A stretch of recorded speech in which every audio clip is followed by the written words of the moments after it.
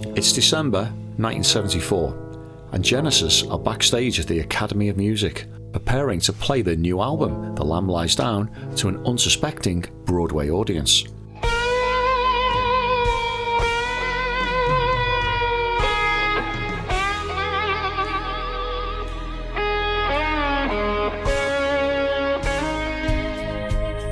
In attendance is a young Brazilian artist named Kim Poor. Kim is accompanying a friend who was there to photograph the band. Whilst backstage, she presented Peter Gabriel with some of her drawings that were inspired by the songs Stagnation and Watcher of the Skies, but it was Steve that her attention was drawn to the most.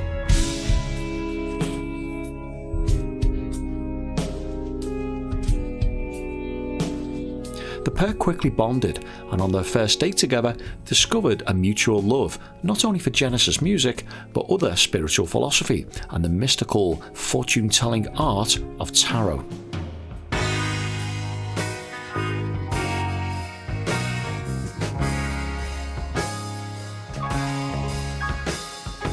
In addition to inspiring him to shave his beard off finally, it was Kim who encouraged Steve to create a solo album, and whilst touring the Lamb with Genesis, the guitarist began sketching out ideas for a tarot card themed album. With Steve aware that Peter Gabriel would soon be leaving the band after the tour, and perhaps sensing an uncertainty within the Genesis camp, he approached manager Tony Stratton-Smith to formally ask about recording his own material. Smith agreed to the idea but felt uneasy at what he viewed as an occultist tarot theme, and as such convinced Hackett to change the foreboding title of Premonitions into the less ominous Voyage of the Acolyte. Steve has later reflected that perhaps the manager knew that deep down the guitarist's own voyage would soon be differing from that of his Genesis bandmates. Take me away.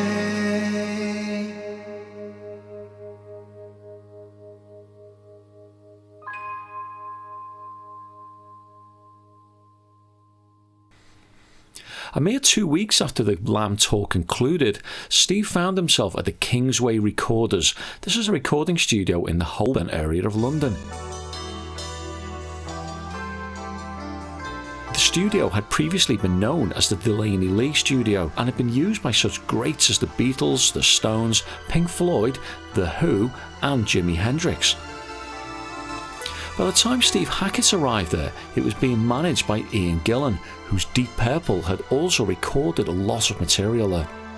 The studio was set in a basement below an office block. The staff who worked there complained that the music rumbling affected their basic level computer systems, and as a result, the studio had a restriction placed on it that didn't allow recording until after 6 p.m. This resulted in most of the Acolyte recordings taking place in the dead of night or in the early hours of the morning. Now, despite being home to so many legendary artists, this long abandoned studio is now simply the basement storeroom for a supermarket, and there's not even a commemorative plaque or anything to suggest its once of great importance.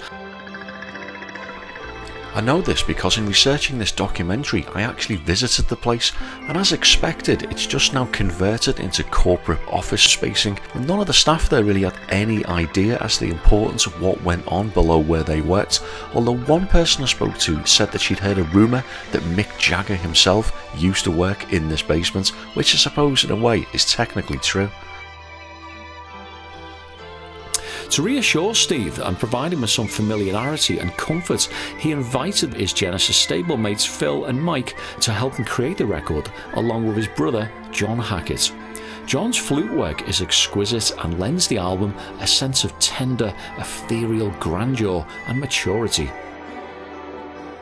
Other musicians that were invited along were Nigel Warren Green on cello and Robin Miller on horn and oboe. Their baroque thread helps to weave the album together, allowing both classical, acoustic and traditional rock elements to blend together seamlessly. Being known to studio owner Ian Gillan, Roxy Music's Johnny Gustafson was invited to play bass on the Star of Sirius, whilst Brand X's Percy Jones provided an additional menacing driving bass on the Tower Struck Down song. The keyboards were played by both Steve and producer John Aycock. Aycock was already an engineer at the studios and was known to Steve through a mutual friend. He remained Hackett's producer for many years. Fresh from recording vocals on her brother's On the Dawn album, Sally Oldfield was invited to sing vocals. Steve knew Mike Oldfield at the time and was introduced to Sally singing after he visited Mike's house. So, with Steve holding a great deck in his hand, let's now reveal the cards one by one and find out the fate of the Acolyte's voyage.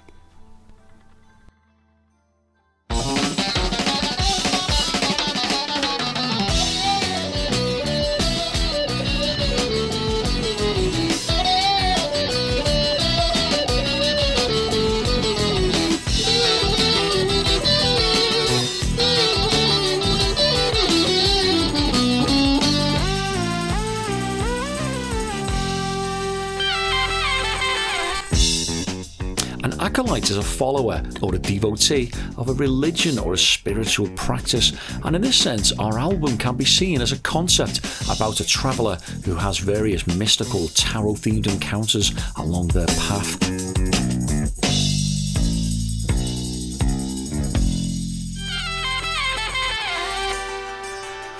The perfect card to open the album with, the Ace of Wands, is symbolic of new beginnings and full of energy, spontaneity and invention. The card also represents a kind of creative freedom in making one's own decisions. Its imagery is of a wand emerging from a cloud that is sprouting the new leaves of opportunity. The card is associated with fire, energy and technical skill, and these are all themes that are perfectly demonstrated in this blistering playing.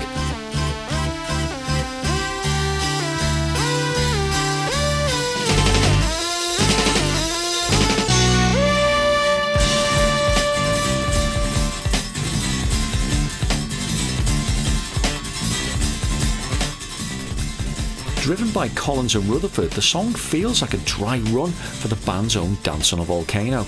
In fact, had Genesis continued playing as an instrumental four-piece after Gabriel's departure, which was their original intention, this song is probably the best illustration of what they could have sounded like.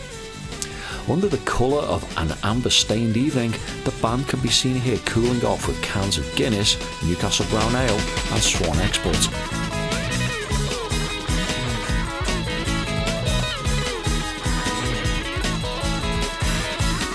The Ace of Wands' distant castle is symbolic of where the seeker's desire and ambition can lead to, something that was relevant to both Hackett and his Genesis bandmates. In this sense, Ace of Wands and Dance on a Volcano both share the same sense of purpose and intent.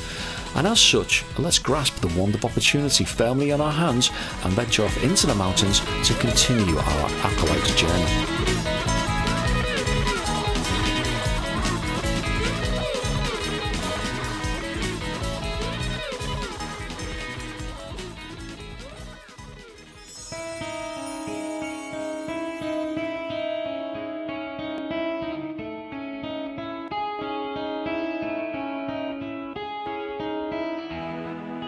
This was the first track to be recorded for the album, and on listening back to the recording, Steve felt very reassured that the rest of the album would really work.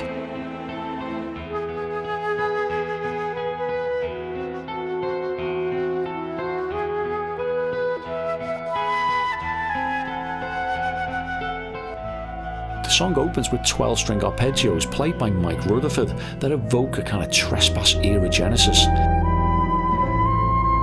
The circling flute is played by Steve's brother John Hackett, and it evokes the gentle breeze of the King Crimson's I Talk to the Wind. Now, like Steve, John was a huge Crimson fan, and it was listening to I Talk to the Wind that inspired him to play the flute in the first place. When Steve auditioned for Genesis several years earlier, he brought his brother along for flute accompaniment, and it is known that he played some early versions of Acolyte tracks at the audition, including elements of what become both the Hermit and, bizarrely, the Lamb's Waiting Room, and one can easily imagine that this piece here was kind of reminiscent of that fateful audition.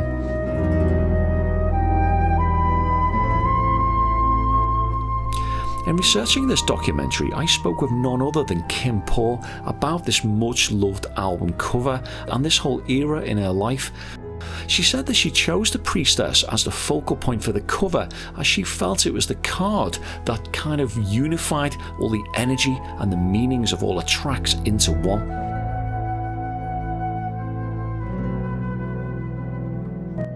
Our Priestess here can be seen travelling through a door that represents a portal from one world to the next. It was actually Steve's idea to incorporate the image of the lovers in the hands of the Priestess, whilst the other rainbow orbs that float away represent a kind of passage of time and things that link the old to the new and the past to the future.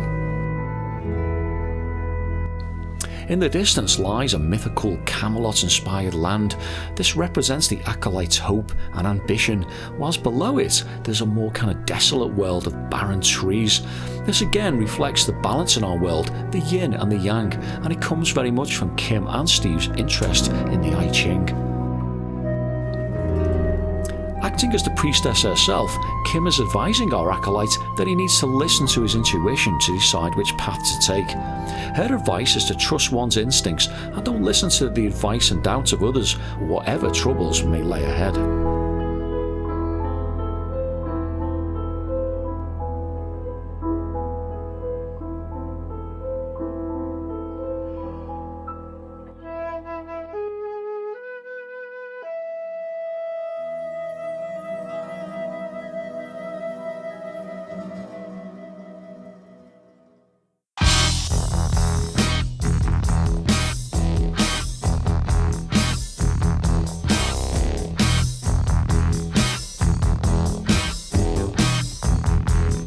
Like the Tarot Death card, the tower struck down signifies change, new beginnings and fresh starts, but only this time more sudden and unexpected. Co-written with brother John Hackett, this song once again evokes their musical love of King Crimson, but this time the darker aspects of that band. Hackett makes sinister use of the EMS synth Hi-Fly. This was a guitar effects unit that he had put to great use on many of the Lamb tracks, most notably the comedy solo in Counting Out Time. He had originally planned to use it much more across Acolyte, but wisely I think changed his mind.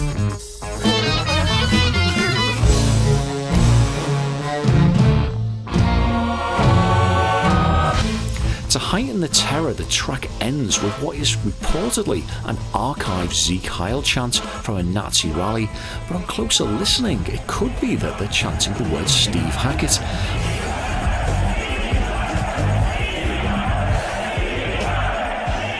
Personally, I can kind of hear both each time I listen, and I may think that he may have cleverly mixed both the chants together. Either way, it's a great example of the dark and sometimes bizarre humour that Steve brings to his solo records.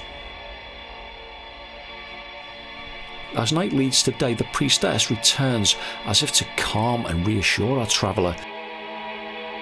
She holds a scroll in her hand which is partly hidden, suggesting that the new wisdom that we seek must be found from within. It's time now for our Acolyte to retreat and meditate on his future as he sits at a crossroads in his life.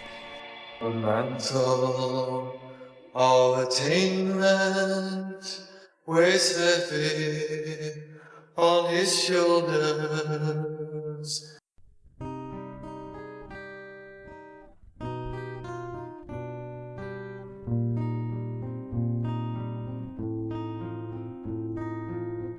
The lyric here is quite obviously about Steve himself, ever lacking in confidence under the shadow of his Genesis songwriting partners. This sentiment is mirrored in Steve's vocal, which is hidden in a layer of echo that reflects the Hermit's inner thoughts and feelings. Flickering, he grows older. The few photos of Steve from the Lamb tour demonstrates his kind of hermit-like reserve. Always sat on the edge of the stage, he often feels to be a kind of peripheral figure compared to the rest of the band. All of his Lamb contributions are excellent, but the problem is there just aren't that many of them, and I suspect on this tour it's like he was sort of sat quietly dreaming up the Acolyte parts in his head.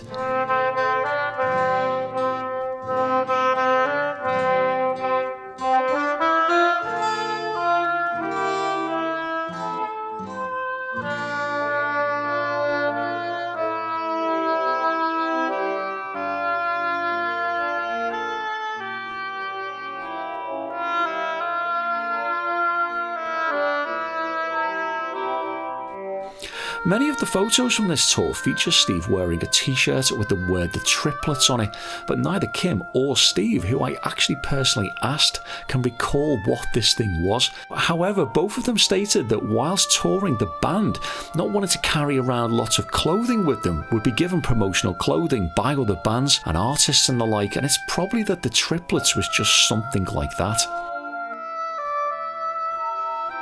The main Acolyte artwork was developed not long after Kim's first meeting with Steve, but it wasn't until later that year, when the album neared completion, that Charisma Records finally saw it. They were delighted with it, and as a result asked her to expand the cover into a gatefold sleeve. The original painting of the Hermit was copied by Charisma and used to promote the album, and prints were sent out to promoters and radio stations and the like. However, in the process of this, the original painting was sadly lost. The Mellotron used here is the same one that Genesis bought from Robert Fripp, a move that Hackett himself encouraged when he joined the band. Adding further King Crimson flavours is the oboe playing by Robin Miller. Miller had worked previously on King Crimson's Lizard, Islands and Red albums, and here is playing as the perfect accompaniment to the Hermit's quiet late-night contemplation.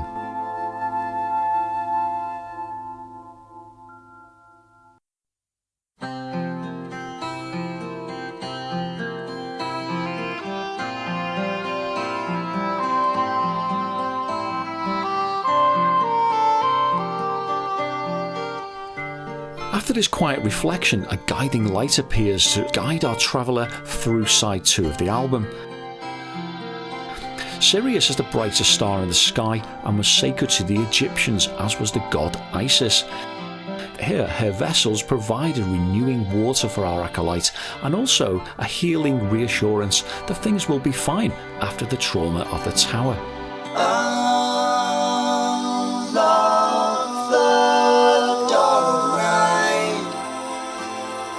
Nebulous bright.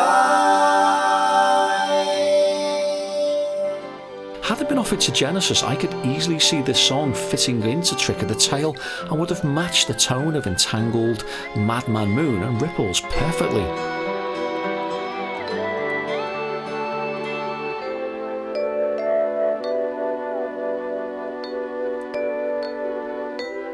At the time of recording, Phil wasn't even a contender for the newly vacated Genesis singer's role, and like Steve on The Hermit, his vocal here is somewhat timid, with a shy reserve that would take Phil several years to fully break away from. He who knows love knows who you are. What you may find lit by a star.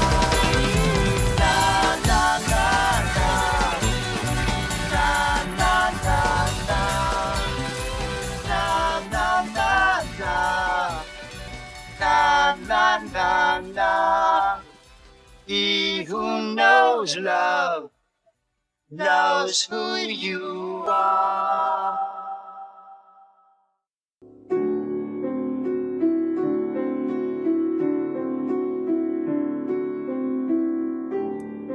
More than anyone else, it was his newly acquired lover, Kim, who encouraged Steve to complete this album, and this is the perfect compliment to her.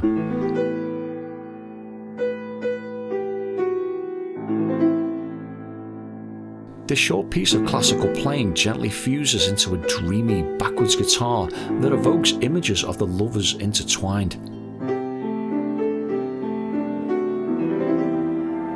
However, playing this part in reverse reveals that it's actually the theme from The Hermit, as if perhaps he has finally found a route out of his solitude and into the arms of his soulmate.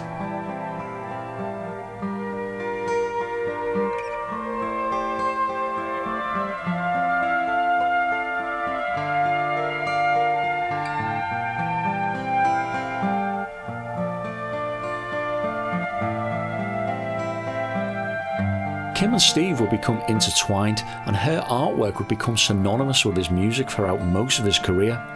The couple separated many years later, so perhaps there's only so much that the cards can actually see.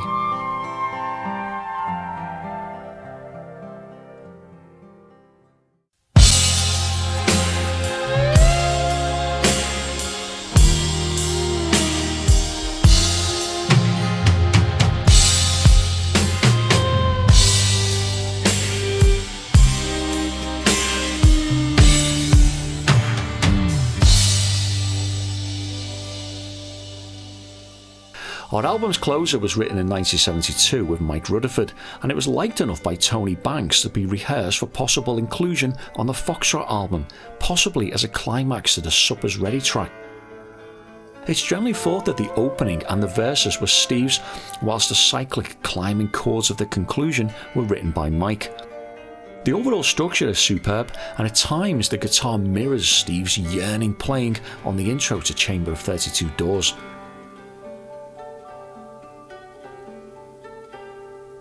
Lost and bold in search of vision, as the moon eclipsed the sun.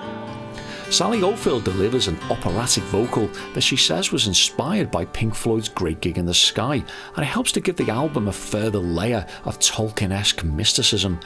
Her lines reveal that our acolyte still has doubts, with the joy and optimism of the sun being masked by the doubt and introspection of the moon. The tarot cards themselves have dual meanings based on which way up they are placed.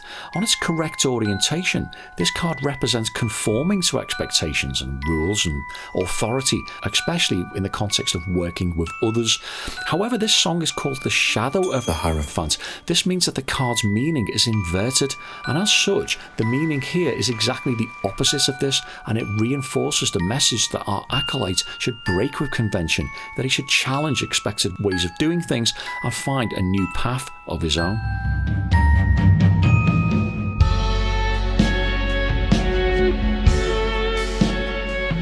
Set within the context of Steve's own life and Genesis career, the tarot card themes within this album work wonderfully. It's not like he just picks 7 random cards and named the tracks after them.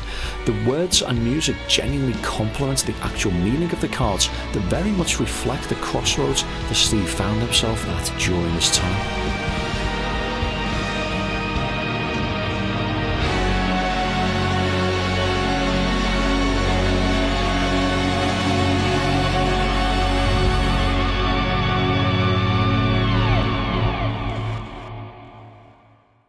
There are some cards that didn't make it onto the final record. The first is the 7 of Cups. It ended up being recorded during the Please Don't Touch sessions in a more jazzy arrangement. The card's themes involve wistful daydreaming and fantasizing about future possibilities. The theme of the music was recycled to a degree on Spectral Morning's Virgin and the Gypsy, and had it been included here, I can kind of imagine it replacing the Hermit, as the cards about reflection and choice are quite similar. The Fool was another track that was planned for the album. Steve has described this as a kind of heavy rocker in the style of The Who, but he felt it was too cliche-ridden, and it may have jarred somewhat with the quite serious tone of this album. The Fool card itself represents themes of improvisation and beginner's luck, so one can imagine it may have sounded a little bit like Ace of Wands, and it may have perhaps become the Hackett penned ending to Dancing on a Volcano that was written around this time. Early versions of the songs It's Yourself and Kim could have also been incorporated into these short pastoral interludes that are spread across this album, as they were both sketched out during the Lamb writing sessions. It's unknown exactly how much of the Acolyte album was written at the time of the Lamb, but it must have come a tipping point when Steve's apparent lack of confidence in presenting material to the band must have kind of changed into a secret stockpiling of songs to use for his own ends. This must have been equally frustrating for the other band members, and it's worth noting at this point that they struggled to complete the Lamb, with many of its songs being kind of dusted off reworkings of older abandoned tracks. It's interesting to consider how Acolyte songs may have sat on the Lamb had Steve presented them to the band. Ace of Wands, for example, could have been a dramatic opening to side 3, taking the place of, say, Lily White Lilith. Lilith is one of the several Lamb tracks that the band knocked together from earlier numbers as they struggled to complete the album.